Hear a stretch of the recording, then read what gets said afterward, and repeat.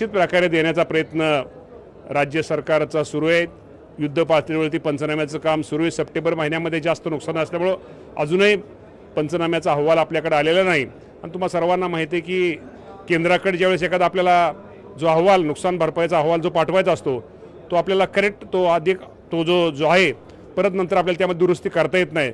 त्यामुळे व्यवस्थित त्यामध्ये माहिती करण्याचं काम हे केंद्राकडे पाठवण्यासाठी चालू आहे। परंतु तरी केंद्राची वाट न बघता आपण राज्य सरकार शेतकऱ्यांना दिवाळीच्या पूर्वी जास्तीत जास्त मदत कशी होईल याचा प्रयत्न करतोय। आपण पहिल्यांदा तुम्हाला माहिती आहे की साधारणतः एक पहिला GR निघाला तो 2200 मला वाटतं 50 त्यानंतरचा एक 100च्या आसपास आणि आज तिसरा GR म्हणजे तिसरा GR आज संध्याकाळपर्यंत किंवा संध्याकाळपर्यंत किंवा होत तो एक आज निघल।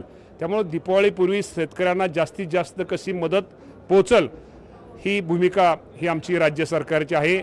त्या बाबतीमध्ये निश्चित प्रकारे शेतकऱ्यांना मी एवढंच सांगेल जरी मागे पुढे होईल परंतु शेतकऱ्यांना दिवाळीच्या पूर्वी जास्तीत जास्त मदत ही दिली जाईल। पंचनामे कुठल्या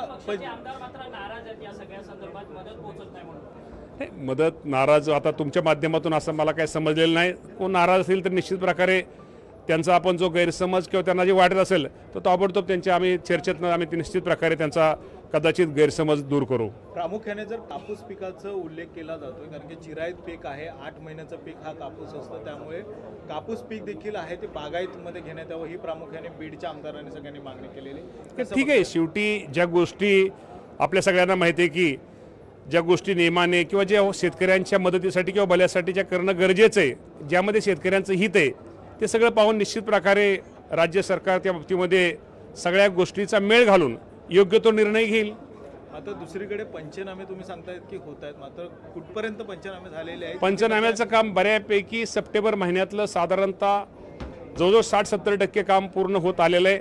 पण शेवटी अहवाल देताना सगळा एकत्र अहवाल आणि ॲक्युरेट अहवाल केंद्र सरकारला पाठवताना कुठलीही माहिती परत नंतर आपल्याला त्यामध्ये बदल करता येत नाही। त्यामुळे एक सगळा जो योग्य म्हणजे सगळ्याला कुठलाही शेतकरी त्यामधून वंचित राहणार नाही ही काळजी ही राज्य सरकारच्या वतीनं आमचा महसूल विभाग कृषी विभाग ग्रामविकास विभाग घेतोय। त्यामुळे तो अहवाल थोडा उशीर लागतोय पण जरी उशीर लागला तर त्या अहवालाची वाट न बघता शेतकऱ्यांना त्याच्या अगोदरचे हप्ते किंवा त्याच्या अगोदर जी मदत आहे ती राज्य सरकारच्या वतीने देण्यात येईल। तुम्ही स्वतः काही दिल्लीला वगैरे जाऊन काही कृषी मंत्र्यांची वगैरे काही या बाबतीमध्ये राज्याचे मुख्यमंत्री दोन्ही उपमुख्यमंत्री स्वतः हे दिल्लीला पंतप्रधान साहेबांना अमित शहा साहेबांना भेटले आहेत आणि अमित शहा साहेब महाराष्ट्रात दौऱ्यावर असताना त्यांनी सुद्धा जाहीर केलेलं आहे की महाराष्ट्रातल्या कुठल्याही शेतकऱ्याला ही मदत जास्तीत जास्त दिली जाईल।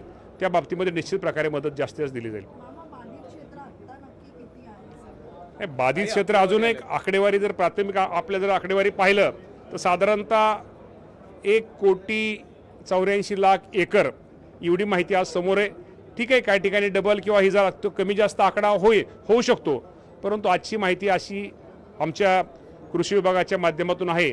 परंतु निश्चित प्रकारे कुणी असू द्या कुठल्याही शेतकऱ्याचं ज्याचं अतिवृष्टीमुळे नुकसान झाले त्या शेतकऱ्याचे सगळे नुकसान भरपाईचे पंचनामे करून त्या शेतकऱ्याला मदत ही शासनाच्या वतीने दिली जाईल। तेव्हा मला शेतकरी बांधवांना एकच सांगायचं की थोडा उशीर लागतोय पण आपण धीर धरा सरकार आपल्याबरोबर आहे। शेवटी ह्या अडचणीत असलेल्या शेतकऱ्याला उभा करणं त्या शेतकऱ्याला सहकार्य करणं ही आमची सरकारची भूमिका आहे। ती भूमिका राज्य सरकारच्या वतीने पार केली जाईल। दिवाळीला 5 दिवस राहिलेले आहेत दिवाळीपर्यंत मदत दिली जाईल असं वारंवार सांगितलं जातं। दिवाळीपूर्वी जास्तीत जास्त मदत दिली जाईल। आज एक GR निघतोय त्यामुळे आज तुम्हाला GR आजचा एक GR येईल परत 2 दिवसानंतर आता रोज अशी माहिती आता बऱ्यापैकी 100 आज सगळ्या माहित्या यायला लागलेल्या आहेत। जशा पंचनाम्या नुकसान भरपाईच्या माहित्या उपलब्ध होतील त्याप्रमाणे ताबडतोब GR काढून सर्व शेतकऱ्याला मदत दिली जाईल।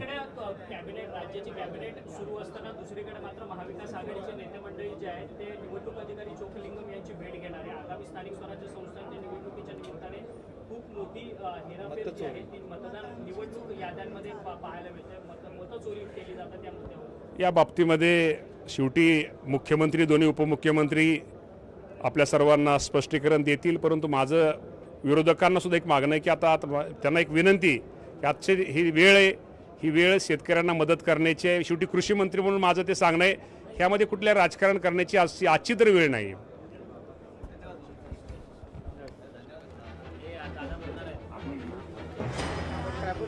मंत्री दत्तात्रय भरणे यांचं आवाहन आहे अर्थात दिवाळीपूर्वी शेतकऱ्याला मदत दिली जाईल। शेतकरी मदतीपासून वंचित राहणार नाही अशी ग्वाही कृषी मंत्र्यांनी दिलेली आहे. 70% पंचनामे पूर्ण झालेले आहेत असं देखील कृषी मंत्री स्पष्ट करतायत.